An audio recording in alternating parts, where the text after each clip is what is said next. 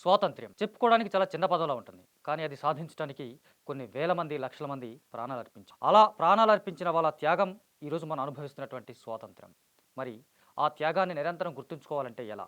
ఆ స్ఫూర్తి నిరంతరం దేశ ప్రజల్లో రగలాలంటే ఎలా? అందుకు ఉన్న ఏకైక లేదా ఒక సాధనం సినిమా.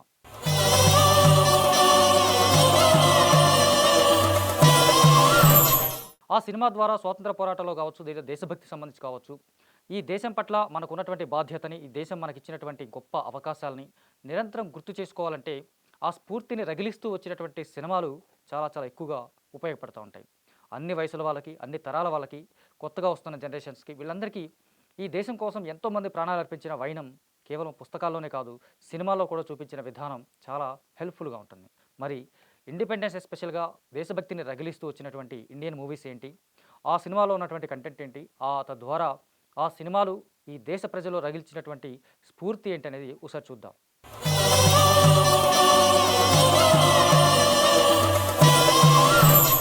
ఈస్ట్ ఇండియా కంపెనీ నుంచి మొదలుపెట్టి ఫ్రెంచ్ వాళ్ళు, డచ్ వాళ్ళు ఇలా చాలామంది, ఆ తర్వాత బ్రిటిష్ వాళ్ళు భారతదేశానికి వచ్చిన తర్వాత ఇక్కడున్న సంపదను కొల్లగొడుతూ, ఇక్కడి ప్రజల్ని బానిసలుగా చేసుకొని మన మీదనే ఆధిపత్యం చేస్తున్న సందర్భంలో ఎంతోమంది రక్తం మరిగినటువంటి వీరులు ఉద్భవించినటువంటి నేల ఇది. ఆ క్రమంలో చూసుకుంటే మొట్టమొదట 1857లో సిపాయిల తిరుగుబాటు అనేది చాలా ప్రధానమైనటువంటిది, కీలకమైనటువంటిది. దేశం మొత్తంగా ఒక స్వాతంత్ర సంగ్రామ స్ఫూర్తిని రగిలించినటువంటి సిపాయిల తిరుగుబాటుగా మనం దాన్ని చూస్తూ ఉంటాం. ఆ తిరుగుబాటుకి ఆద్యం పోసినవాడు మంగల్ పాండే. అతను కూడా బ్రిటిష్ సామ్రాజ్యంలో బ్రిటిష్ ప్రభుత్వానికి అనుకూలంగా సిపాయిగా పనిచేస్తున్నటువంటి ఒక ఇండియన్.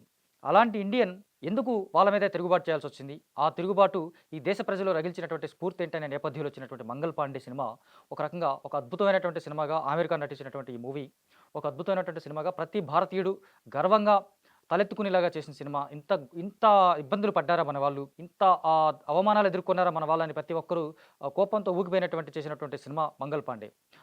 అతను చేసినటువంటి త్యాగం ఏంటి? సైనికులకి ఆ రోజుల్లో పంది కొవ్వు, ఆవు కొవ్వు పూసినటువంటి దాంతో మందుగుండు సామాగ్రి తయారు చేసి ఇవ్వడం. ఆ మందుగుండుని వీళ్ళు నోటితో పెరికి తీస్తే గాని అది పేలదు. సో, అటు ముస్లింలు కానీ, ఇటు హిందువులు కానీ ఈ రెండిటిని అంగీకరించలేదు. అంగీకరించకపోయినా నాటి బ్రిటిష్ వాళ్ళ కమాండర్ ఎవరైతే ఉన్నారో అతను ఖచ్చితంగా చేయాలని చెప్పడం, అతని మీద తిరుగుబాటు చేసి అతన్ని కాల్చి చంపేస్తారు మంగల్ పాండే. ఆ తర్వాత అతన్ని ఊరేస్తారు. ఇక్కడి నుంచి రగిల్చినటువంటి పోరాట స్ఫూర్తి అనేక పోరాటాలకి దారి చూపించింది. అలా మంగల్ పాండే మీద వచ్చినటువంటి ఈ సినిమా 2005లో ఆమీర్ ఖాన్ హీరోగా చేశాడు. చాలా చాలా బావుంటుంది. అనేక అవార్డ్స్ కూడా ఈ సినిమాకి రావడం మనం చూసాం. అలాగే భారతీయుల్ని బ్రిటిష్ వాళ్ళు ఎంతగా హింసించారు, ఎంత ఇబ్బంది పెట్టారు, టాక్సులు కట్టమని చెప్పేసి దీని నేపథ్యంలో వచ్చినటువంటి అదే ఆమీర్ ఖాన్ నటించినటువంటి 'లగాన్' సినిమా మరొక ఇన్స్పైరింగ్ మూవీ. లగాన్ అంటే శిస్తు, టాక్స్ అంటాం కదా! శిస్తు. కరువు వచ్చి ప్రజలు అల్లాడుతున్నా సరే ఖచ్చితంగా శిస్తు కట్టాలని చెప్పడం బ్రిటిష్ వాళ్ళు. దానికి మధ్య మార్గంగా క్రికెట్ మ్యాచ్‌లో గెలిస్తే శిస్తు రద్దు చేస్తానని వాళ్ళు హామీ ఇవ్వడం. ఆ నేపథ్యంలో వచ్చినటువంటి సినిమా అటు కమర్షియల్ ఎలిమెంట్స్‌తో పాటు ఇటు దేశభక్తిని కూడా రగిలిస్తూ ఒక మంచి స్ఫూర్తివంతమైన సినిమాగా మనకు అనిపిస్తుంది. ఇదే అమెరికా ఆ టైంలో వరుసగా చేసినటువంటి 3 సినిమాలు. దీంతో పాటు 'రంగ్ దే బసంతి'. 'రంగ్ దే బసంతి' సైతం ప్రెజెంట్ జనరేషన్‌ని చూపిస్తూ ఈ ప్రెజెంట్ జనరేషన్ ఏదైతే భారతదేశం యొక్క భారతదేశంలో నాకేమిచ్చింది, ఈ దేశం నాకేమిచ్చింది అనే కైండ్ ఆఫ్ ఉన్నటువంటి యువత నుంచి ఈ దేశం ఈ దేశానికే మీరు చాలా ఇవ్వాలని చెప్పి ఒక ఇన్స్పైరింగ్‌గా ఉండేలాగా ఒక స్వాతంత్ర పోరాట సంగ్రామాన్ని మళ్ళీ రీక్రియేట్ చేసేలాగా భగత్ సింగ్, రాజ్‌గురు, చంద్రశేఖర్ ఆజాద్ వీళ్ళందరి క్యారెక్టర్‌ని రీక్రియేట్ చేస్తూ చూపించినటువంటి ఈ సినిమా కూడా ఒక వండర్. ఇది కూడా ఇంటర్నేషనల్ లెవెల్‌లో, నేషనల్ లెవెల్‌లో అనేక అవార్డ్స్ అందుకుంది. ఒక ఆ తరంలో, ఆ టైంలో ఉన్నటువంటి యూత్‌లో ఒక అద్భుతమైనటువంటి ఇన్స్పిరేషన్ నింపినటువంటి సినిమాగా 'రంగ్ దే బసంతి' కనిపిస్తుంది. ఇలాగా వరుసగా ఆమీర్ ఖాన్ చేసినటువంటి ఈ 3 సినిమాలు అతను నేపథ్యం పక్కన పెడితే భారతదేశం యొక్క గొప్పతనాన్ని, భారతదేశ స్వాతంత్ర పోరాట స్ఫూర్తిని ఒక అద్భుతమైనటువంటి రీతిలో చెప్పడం అనేది ప్రేక్షకులకి అద్భుతంగా నచ్చాయి. అందుకే ఆ సినిమాలు చాలా గొప్ప విజయాలు సాధించాయి. సో, 1995లో వచ్చినటువంటి తమిళ్ సినిమా 'భారతీయుడు' ఆ సినిమా మరొక సంచలనం. కమల్ హాసన్ నటించినటువంటి సినిమాని శంకర్ డైరెక్ట్ చేశాడు, మనందరికీ తెలుసు. ఈ సినిమాలో ఒక సబ్‌సీక్వెంట్‌గా ఉండేటువంటి ఒక ఎపిసోడ్ స్వాతంత్ర పోరాటంలో నేతాజీ సుభాష్ చంద్రబోస్ శిష్యుడిగా అతను సాధించినటువంటి పోరాటం, ఆ క్రమంలో అతను ఎదుర్కొన్నటువంటి నిర్బంధాలు, బ్రిటిష్ వాళ్ళని ఎదిరించే దాని కోసం వాళ్ళు చేసినటువంటి ఉపాయాలు ఇవన్నీ కూడా గొప్ప ఇన్స్పైరింగ్‌గా మనకు కనిపిస్తా ఉంటాయి. 'భారతీయుడు' సినిమాకి ఏదైతే అవినీతి మీద అతను పోరాటం చేసినట్టు కనిపించినప్పటికీ కూడా ఈ బ్యాక్‌గ్రౌండ్‌లో ఉన్నటువంటి స్వాతంత్ర పోరాటం అనేది భారతీయుడు సినిమాని ఒక 10 మెట్లు పైన నిలబెడతా ఉంది. సో, ఇది దేశవ్యాప్తంగా ఈ సినిమా కూడా ఒక అద్భుతమైనటువంటి విజయం సాధించింది. ఇంకొక గొప్ప సినిమా. అదే తమిళ్‌లో చాలా ఏళ్ల క్రితం 1959లోనే వచ్చినటువంటి మరొక సినిమా 'వీరపాండియ కట్టబొమ్మన్'. శివాజీ గణేశన్ హీరోగా నటించినటువంటి సినిమాని బీఆర్ పంతులు డైరెక్ట్ చేశారు. అప్పటికే బీఆర్ పంతులు అంటే ఒక లెజెండరీ డైరెక్టర్‌గా పేరున్నారు. సో, ఆయన వీరపాండ్య కట్టబొమ్మన అనే ఒక తెలుగు వీరుడి కథని తమిళ్లో చెప్పి చాలా అద్భుతమైనటువంటి విజయం సాధించాడు. అది కూడా బ్రిటిష్ వాళ్ళు అప్పుడప్పుడే మొదలుపెట్టినటువంటి ఏదైతే సిపాయిలు తిరుగుబాటు కంటే ముందుగానే వీరపాండ్య కట్టబొమ్మన బ్రిటిష్ వాళ్ళకి వ్యతిరేకంగా పోరాటం చేశాడు అనేది ఆ కాన్సెప్ట్‌లో వచ్చినటువంటి సినిమా ఇది. కాకపోతే దాని మీద కొన్ని విమర్శలు ఉన్నప్పటికీ కూడా ఒక స్వాతంత్ర పోరాట స్ఫూర్తిని, దేశభక్తిని రగిలించడంలో ఆ సినిమా చాలా గొప్పగా ఉంటుంది. తెలుగులో కూడా డబ్బింగ్ తెలుగులో శివాజీ గణేశన్‌కి జగ్గయ్య గారు చెప్పినటువంటి డబ్బింగ్ ఇంకొక ఎపిక్ లాగా కనిపిస్తూ ఉంటుంది ఈ సినిమాకి. అది కూడా ఒక ఆణిముత్యం లాంటి సినిమా అని చెప్పుకోవచ్చు. సో, ఇలాగా చూసుకుంటే ఆ తర్వాత మనకి 'సుభాష్ చంద్రబోస్' నేతాజీ సుభాష్ చంద్రబోస్ ఫర్గాటెన్ హీరో అని చెప్పేసి మరొక సినిమా 2005లో వచ్చింది. ఇప్పుడు మనకి ఏదైతే క్యారెక్టర్ ఆర్టిస్ట్‌గా కనిపిస్తా ఉన్నాడో సచిన్ కేత్కర్ బోస్ పాత్రలో నటించాడు. ఇదొక అద్భుతమైనటువంటి సినిమాగా మనకి ఒక ఇన్స్పైరింగ్‌గా కనిపించేటువంటి దేశభక్తిని రగిలించేటువంటి సినిమా. సుభాష్ బోస్ అనగానే మనకి చాలా మంది మొట్టమొదట ఆయన ప్రైమ్ మినిస్టర్ అవ్వాల్సిన వాడని చెప్పేవాళ్ళు. లేదా మీరు నాకు రక్తాన్ని ఇవ్వండి మీకు నేను స్వాతంత్రాన్ని ఇస్తాను అని చెప్పినటువంటి ఒక గొప్ప వ్యక్తి. ఈ దేశానికి స్వాతంత్రం శాంతితో కాదు పోరాటంతోనే వస్తుంది. స్వాతంత్రం అనేది మనకి ఇచ్చేదానికి కాదు, మనం అడుక్కునేది కాదు, మన హక్కు అని చెప్పి ఆయన నినదించిన విధానం ఆ సినిమాకి ఒక యూత్‌కి ఎంత గొప్ప ఇన్స్పిరేషన్‌గా నిలిచిందో అంత గొప్ప విజయం సాధించింది ఆ సినిమా. అట్ ద సేమ్ టైమ్ 2002లో వచ్చినటువంటి మరొక మూవీ 'భగత్ సింగ్', షహీద్ భగత్ సింగ్. అజయ్ దేవగన్ హీరోగా నటించినటువంటి సినిమా ఇది. ఆయనకి నేషనల్ అవార్డ్ వచ్చింది బెస్ట్ యాక్టర్‌గా. ఆయన భగత్ సింగ్ పాత్రలో కనిపిస్తాడు. అతను జైల్‌లో ఉన్న విధానం, భగత్ సింగ్‌ని చాలా చిన్న వయసులో ఆయన చనిపోయాడు. ఆ మొత్తాన్ని ఒక బయోపిక్‌గా తీసినటువంటి విధానం చాలా అద్భుతంగా ఉంటుంది. ఎప్పుడు చూసినా సరే ఎంతో ఇన్స్పైరింగ్‌గా ఉన్నటువంటి సినిమా షహీద్ భగత్ సింగ్. అజయ్ దేవగన్ సైతం ఒక అద్భుతమైనటువంటి పాత్రలో అతను కనిపిస్తాడు. చాలా గొప్పగా నటించాడు. అతనితో పాటు రాజ్‌గురు, సుఖదేవ్ వీళ్ళ క్యారెక్టర్‌ని కూడా ఇన్‌బిల్డ్ చేసుకోవడం, అలాగే చంద్రశేఖర్ ఆజాద్ మరొక ఆయనకి పాత్రను కూడా అందులో మనకు కనిపించడం. వీళ్ళు అసెంబ్లీలో బాంబు వేయడం దగ్గర నుంచి మరొక బ్రిటిష్ సైనికాధికారిని చంపడం, ఆ తర్వాత వీళ్ళని అరెస్ట్ చేసి ధైర్యంగా అతను వెళ్లి తన నేరాన్ని ఒప్పుకొని వెళ్ళడము. వాళ్ళ ఫాదర్ వచ్చి క్షమాభిక్ష వేడుకుంటే నీకు మరణశిక్ష తప్పిస్తానంటే నీకు క్షమాభిక్ష వేడుకోవడం కంటే నేను చనిపోవడమే బెటరు. ఇదే నా దేశానికి పెద్ద ఎక్కువగా స్వాతంత్ర స్ఫూర్తిని నా చావు ఈ దేశానికి ఇంకెక్కువ స్వాతంత్ర స్ఫూర్తిని రగిలిస్తుందని చాలా చిన్న వయసులో చెప్పినటువంటి గొప్ప వ్యక్తి భగత్ సింగ్. అతను కార్ల్ మార్క్స్, ఎంగెల్స్ వీళ్ళ బాటలో నడిచినటువంటి యోధుడు. ఈ దేశంలో మొట్టమొదటి సోషలిజాన్ని, కమ్యూనిజాన్ని ఈ దేశానికి మొట్టమొదట పరిచయం చేసినటువంటి వ్యక్తుల్లో ఆద్యుడిగా భగత్ సింగ్ చెప్తుంటాం. అలాగే ఆయన నేను నాస్తికుడిని ఎందుకయ్యా అని రాసినటువంటి ఒక పుస్తకం కూడా చాలా మందికి ఇన్స్పైరింగ్‌గా కనిపిస్తూ ఉంది. విశేషం ఏంటంటే ఆయన జైల్లో ఉన్నప్పుడు ఆయనతో పాటు భగవద్గీత కూడా పెట్టుకునేవాడని చెప్తూ ఉంటారు. అలాంటి తను నేను నాస్తికుడిని ఎందుకయ్యా అని ఒక పుస్తకం రాశాడు జైల్లో ఉండే. అది కూడా చాలా ఇన్స్పైరింగ్‌గా ఉంటుంది.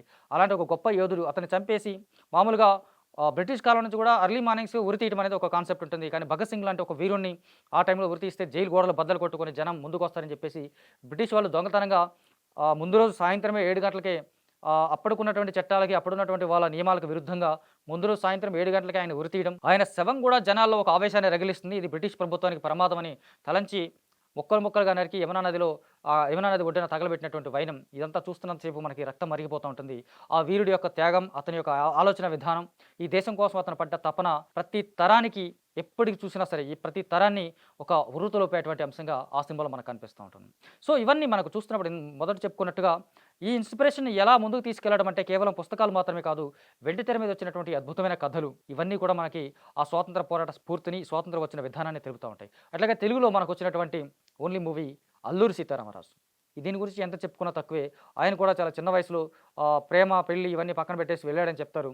సరే ప్రేమ, పెళ్లి ఇవన్నీ పెళ్లి వదులుకున్నప్పటికీ ప్రేమ కథ కల్పితం అని చెప్పేవాళ్ళు ఉన్నారు. అవన్నీ పక్కన పెడితే ఒక గిరిజనులను వెంటేసుకొని బ్రిటిష్ సామ్రాజ్యాన్ని గడగడలాడించినటువంటి వైనం గిరిజన ప్రజలు వాళ్ళకి పెద్దగా ఇప్పటికే చాలా వెనకబడి ఉన్నారనుకుంటే అప్పటికి ఇంకా చాలా వెనకబడి ఉంటారు. అలాంటి వాళ్ళలో ఒక స్వాతంత్ర పోరాట స్ఫూర్తిని రగిలించి బ్రిటిష్ వాళ్ళకు వ్యతిరేకంగా పోరాటం చేసి తను ప్రాణత్యాగం చేసినటువంటి సందర్భం, సూపర్ స్టార్ కృష్ణ గారు చేసినటువంటి ఒక అద్భుతమైనటువంటి పర్ఫార్మెన్సు ఆ సినిమాని ఎవర్‌గ్రీన్‌గా నిలిపాయి. తెలుగు సినిమా చరిత్రలో ఒక మాస్టర్ పీస్ లాగా మనకు 'అల్లూరి సీతారామరాజు' నిలిచిపోతుందంటే కారణం ఆ సినిమాలో ఉన్నటువంటి దేశభక్తి, అది రగిలించినటువంటి స్ఫూర్తి. ఆ 2 ఈ సినిమాకి ఒక ఆయువుపట్లాగా పనిచేస్తే సూపర్ స్టార్ నటన నెక్స్ట్ లెవెల్‌లో మనకు కనిపిస్తూ ఉంది.